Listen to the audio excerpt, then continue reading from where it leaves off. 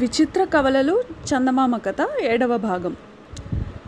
బారెడుగడ్డపు జానడు మనిషి యొక్క మాయలో ఉదయనుడు, నిషీధుడు, సంధ్యాకుమారుడు ఎలా చిక్కుకున్నది, ఆ తర్వాత దైవవశాత్తు మాయలవాడి కిటుకు ఉదయనుడు ఎలా కనిపెట్టగలిగింది తెలుసుకున్నాం కదా. తర్వాత ఏం జరిగిందో ఇప్పుడు చూద్దాం. మామూలప్పుడే సహజ సిద్ధంగా సంధ్యకు, నిషీధుడికి పగటివేళ కనిపించదు కదా. అందుకుతోడు ఇప్పుడు గడ్డపువాడు వాళ్ళని మాయం చేశాడాయే. ఆ మాయ వల్ల ఉదయనుడు జానడు మనిషిగా మారిపోవడము, మంచంపై పడుకుని ఉన్న గెడ్డంవాడు మామూలు మనిషి కావడము వాళ్ళు తెలుసుకోలేకపోయారు. గెడ్డంవాడు ఏ క్షణాన లేస్తాడో, లేచి ఇంకేమి ప్రమాదం తెచ్చిపెడతారో అని బేజారెత్తిపోతున్నారు. పైగా తమ సోదరుడేమయ్యాడో అనే బెంగ. గెడ్డంవాడి కిటుకు తనకు తెలిసిపోవడమే గాక వాడిని మోసం చేసి తను కూడా వారినిలా మారిపోయాను కదా అని ఉదయనుడు సంతోషించాడు. ఈ సంతోషంలో ఉదయనుడు తన సోదరుల సంగతే మర్చిపోయాడు. ఇప్పుడు ఉదయనుడి దృష్టి అంతా తన జేబులో ఉన్న భస్మాలపైనే ఉంది. ఈ భస్మాలు, అంజనాలు ఎందుకు ఉపయోగపడతాయా అని ఆలోచిస్తూ ఉండంగా యథాలాపంగా సోదరుల సంగతి గుర్తుకు వచ్చింది. చూశాడు, ఎరివాళ్ళు ఉదయనుడికి ఏమి పాలుపోయింది కాదు. ఏమి చేయడానికి తోచగా అట్లాగే పచారులు చేస్తుండగా మెలకువ వచ్చి గెడ్డపువాడు లేచాడు. ఎదుట అచ్చంగా తన స్వరూపంతోనే ఒక చెయ్యి లేని ఉదయనుడు కనిపించేసరికి గెడ్డపువాడికి అంతా అర్థమైపోయింది. తన బండారం బయటపడిందే అని లోపల మండిపోతున్నా పైకి మాత్రం కొంచెం కూడా కోపం కనబరచలేదు. వాడు నెమ్మదిగా ఉదయనుడి వైపుకి నడిచి వస్తూ, మీరెవరో అసాధ్యులలాగా ఉన్నారే, ఇంతకాలానికి నా రహస్యం కనిపెట్టగలిగిన సమర్థులను చూడగలగడం నిజంగా నా అదృష్టమే అని భావిస్తున్నాను. అయితే దీనివల్ల మీకు కలగబోయే లాభం ఏమీ లేదు. మీరు ఇక్కడికి వచ్చిన పని ఏమిటో చెబితే నేను క్షణంలో నెరవేరుస్తాను. నేనుండగా మీరు శ్రమపడటం ఎందుకు అని అంటూ ఉదయనుడి మెడలో ఉన్న దండ కోసం అనేక విధాలా ప్రాధేయపడి అడిగాడు. అంత తేలికగా టోపీ పడేవాడా ఉదయనుడు? ముందు నా సోదరులను ఎక్కడ దాచావో చెప్పు, తర్వాత సంగతి తర్వాత ఆలోచిద్దాం అన్నాడు. ఎక్కడా దాచలేదు, ఇక్కడే ఉన్నారు. అదిగో నీ చొక్కా ఎడమ జేబులో ఉన్న డబ్బీలోని నల్లని భస్మం ఉంది కదా, అది అక్కడ చల్లు అంటూ వాళ్ళని మాయం చేసిన చోటు చూపించాడు. అలాగే ఉదయనుడు నల్ల భస్మం చల్లేసరికి ఒక్కసారిగా నిషీధుడు, సంధ్య ప్రత్యక్షమయ్యారు. తర్వాత ఉదయనుడు, సరే కానీ నా చెయ్యి తిరిగి వచ్చే మార్గం కూడా చెప్పు అన్నాడు గెడ్డంవాడితో. దీనికి మందు నీ దగ్గరే ఉంది. చూడు, నీ కుడి జేబులో పచ్చని అంజనపు డబ్బీ ఉంది కదా, అది తీసి మొండి చేతికి రాయి అన్నాడు గడ్డపువాడు. ఉదయనుడు అలాగే చేసేసరికి తిరిగి మామూలు చేయి వచ్చేసింది. ఇప్పుడు ఉదయనుడికి తన జేబులో ఉన్న తెల్ల భస్మము, ఎర్ర అంజనము ఎందుకు ఉపయోగపడతాయో తెలుసుకోవాలని తొందర కలిగింది. గెడ్డపువాడికి అవి చూపుతూ, ఇవి దేనికి అన్నాడు. గెడ్డపువాడు నవ్వుతూ, ఈ మాత్రం గ్రహించలేవు, నీ సోదరులని మాయం చేసింది ఈ తెల్లని భస్మంతోనే, నీ చెయ్యి మాయం చేసింది ఆ ఎర్రని అంజనంతో అంటూ మర్మాలన్నీ బయటపెట్టాడు. అలాగా, మరైతే ఈ తువ్వాలు దేనికి అని ప్రశ్నించాడు ఉదయనుడు. దానివల్ల 2 ఉపయోగాలు ఉన్నాయి. మీరు కోరుకున్న ఆహారం ఏదైనా సరే మనసులో తలుచుకుని తువ్వాలు పరిచారంటే వెంటనే అది తయారవుతుంది. ఏ విధమైన వ్యాధినైనా ఇది నయం చేస్తుంది కూడా అని చెప్పాడు గడ్డపువాడు. అయితే మా కంటి చూపులో భేదాలు మారిపోయేటట్టు చేయగలదా ఈ తువ్వాలు అని మళ్ళీ అడిగాడు ఉదయనుడు.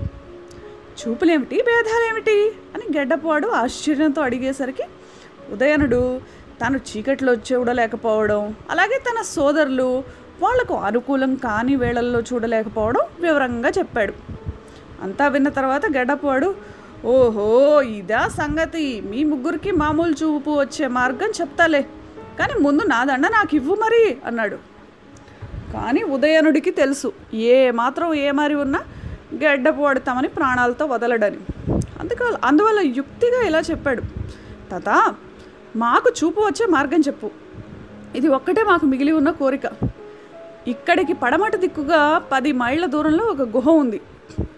నీ దండ ఆ గుహలో ఉంచి వెళ్ళిపోతాము, నీవు వచ్చి దానిని తీసుకుపోవచ్చు అని చెప్పాడు. ఆ దండ తనకు ఆయువు పట్టు కనుక గడ్డపువాడు ఈ ఏర్పాటుకు ఒప్పుకోక తప్పింది కాదు. ఇంతలో నిషీధుడు, సంధ్య లేచి వచ్చి, అన్నయ్య వీడి జీవానికి పడి మనం ఇంతవరకు కడుపులు కాల్చుకునే ఉన్నాం, భలే ఆకలి వేస్తోంది, ఏది ఆ తువ్వాల మహత్వం ఎంతవరకు నిజమో చూద్దాం అన్నారు. నిజానికి ఈ మాట ఉదయనుడికి తోచనే లేదు. ఎప్పుడైతే సోదరులు ఈ మాట అన్నారో ఉదయనుడు రకరకాల పలహారాల పేర్లు తలుచుకుని తువ్వాలు పరిచాడు. మరుక్షణాన తువ్వాలు నిండా నవనవలాడుతూ రకరకాల పళ్ళు నిండి కను పండుగ చేసినాయి. ఉదయనుడు కొన్ని ఫలాలు తన సోదరులకిచ్చి తాను కొన్ని తీసుకున్నాడు. కానీ ఎన్ని తీసినా తువ్వాల మీద పళ్ళు తరగనేలేదు. అందుచేట దుష్టుడైనప్పటికీ గడ్డపవాడికి కూడా కొన్ని పళ్ళు పెట్టాడు. కడుపు నిండాక ఉదయనుడు తువ్వాలు మడిచి జేబులో ఉంచుకుని, మరి ఇక మా చూపులు సరయ్యే మార్గం చెప్పు, చూపులు వస్తే మా దారిని మేము పోతాం అన్నాడు. అందుకు గడ్డపవాడు, నీ దగ్గర ఉన్న ఎర్ర అంజనం ఉండ చెయ్యి, ఆ ఉండని నారపిచ్చిలో చుట్టి ముట్టించు, దానిలోంచి బ్రహ్మాండమైన పొగ వస్తుంది. మీరు ముగ్గురు ఈ తువ్వాల తలపైన కప్పుకొని ఆ పొగ మీ కళ్ళకి తగిలేటట్టు చూడాలి. ఒక్క 5 నిమిషాలు అలా ఉన్నట్టయితే మీకు మామూలు చూపు వచ్చేస్తుంది అని చెప్పాడు. అలాగే ఉదయనుడు ఎర్ర అంజనం ఉండ చేసి ఆ ఉండని నారపీచులో కట్టాడు. కానీ నిప్పు ఎక్కడి నుంచి తేవడం, ఉదయనుడు ఏమి చేయడమా అని ఆలోచిస్తుండగా గడ్డపవాడు 2 చెకుముక్కి రాళ్ళు తెచ్చి నిప్పు చేసి అంటించాడు.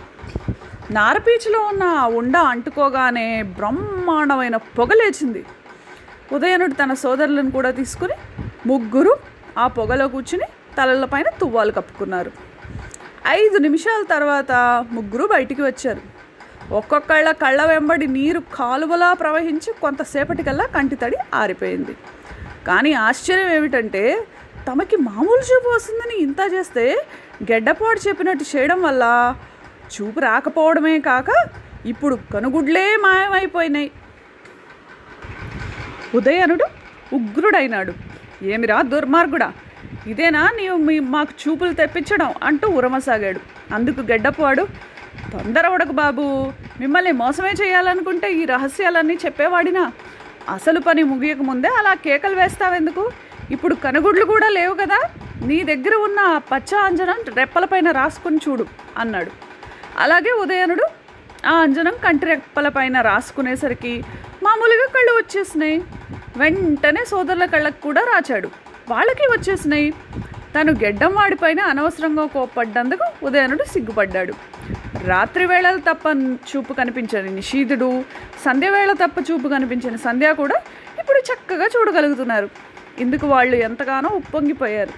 ఆ తర్వాత వాళ్ళు తమ గుర్రాల్ని తెచ్చుకుందామని చెప్పి బయలుదేరారు. మొదట ముగ్గురు అడవిలోకి వచ్చి అంతకుముందు గుర్రాల్ని కట్టేసిన చెట్టు దగ్గరికి చేరుకున్నారు. ఉదయనుడు తన దగ్గర ఉన్న నల్ల భస్మం అక్కడ చల్లేసరికి యథాప్రకారం గుర్రాలు 2 ప్రత్యక్షమైనాయి.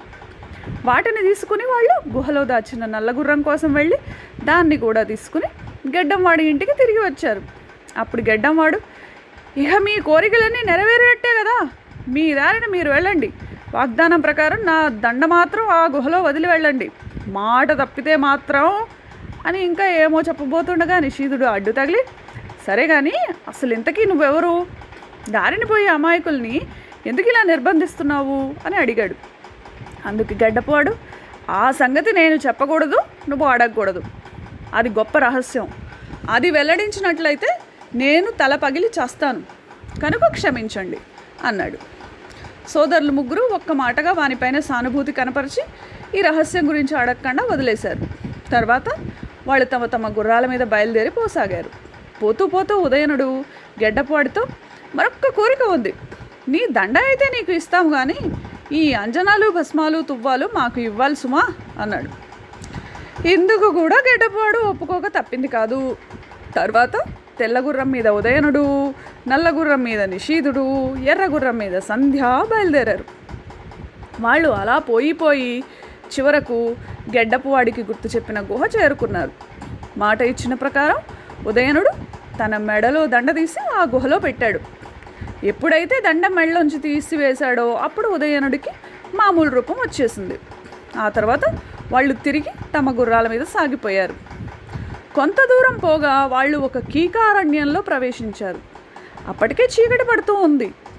రాత్రిపూట ఆ అరణ్యంలో ఎక్కడ తలదాచుకోవడం, ఏమి చేయటమా అని వాళ్ళు ఆలోచిస్తూ ఉండగా 3 సింహాలు తమ వైపు గర్జించుకుంటూ రాసాగినాయి. నిషీధుడికి సంధ్యకు ఏమీ తోచింది కాదు. కానీ యుక్తిపరుడైన ఉదయనుడు తన దగ్గర ఉన్న తెల్ల భస్మం తీసి నిషీధుడి మీద, సంధ్య మీద, వాళ్ళ గుర్రాల మీద చల్లాడు. వాళ్ళు వెంటనే మాయమైపోయారు. తన గుర్రం పైన, తన పైన కూడా చల్లుకున్నాడు. తను మాయమైపోయినాడు. వాళ్ళు మాయం కావడం, ఆ 3 సింహాలు ఉరుకులెత్తుతూ అక్కడికి చేరడం ఒక్క మాటే జరిగింది. విందు భోజనం దొరికింది కదా అని ఎంతో ఆశతో వచ్చిన ఆ సింహాలకి పాపం నిరాశ అయిపోయింది. కొంతసేపు అక్కడే తచ్చాడి వాటి దారిన అవి పోయినాయి. కానీ సింహాలు వెళ్ళిపోయినా మామూలు రూపంతో రాత్రివేళ ఆ మహారణ్యంలో సంచరించడం ప్రమాదకరమని తలిచి తెల్లవారే వరకు అదృశ్య రూపంలోనే ఉండిపోయారు అన్నతమ్ములు. తెల్లవారింది.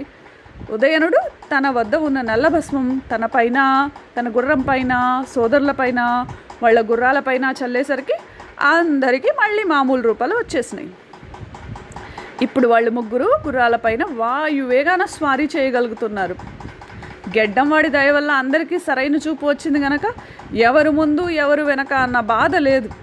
కొంత దూరాన వారికి ఒక నిర్మానుష్యమైన ప్రదేశంలో ఒక భవనం కనిపించింది. ఆ భవనం ఎవరు ముందు చేరుకోగలమో చూద్దాం అంటూ ముగ్గురు తమ తమ గుర్రాలని జోరుగా అదిలించారు. ఉదయనుడి గుర్రం శరవేగంతో పోతున్నది. అతనికి కొంచెం వెనకలో సంధ్య, నిషీధుడు సమాన వేగంతో వస్తున్నారు. కానీ చిత్రం, ముందు పోతున్న ఉదయనుడు రెప్పపాట్లు మాయమయ్యాడు. ఈ ఉదయనుడు ఏమైనట్లు? ఆ భవనానికి అతను మాయం కావడానికి ఏమైనా సంబంధం ఉందా? ఇంతకీ మళ్ళీ సోదరులు ముగ్గురు కలుస్తారా? ఇదంతా వచ్చే భాగంలో చూద్దాం.